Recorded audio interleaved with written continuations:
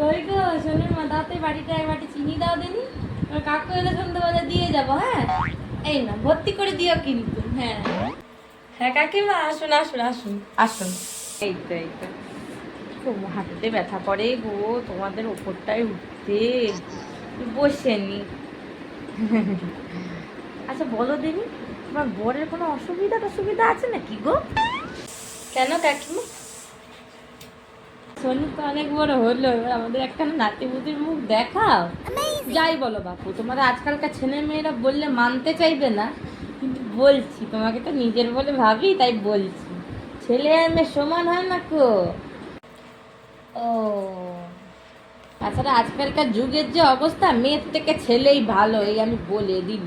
তাহলে আপনি এইটা বলতে চাইছেন যে ধর্ষণ হওয়ার থেকে মেয়েদের বাঁচানোর জন্য ধর্ষণকারী তৈরি করতে, তাই তো?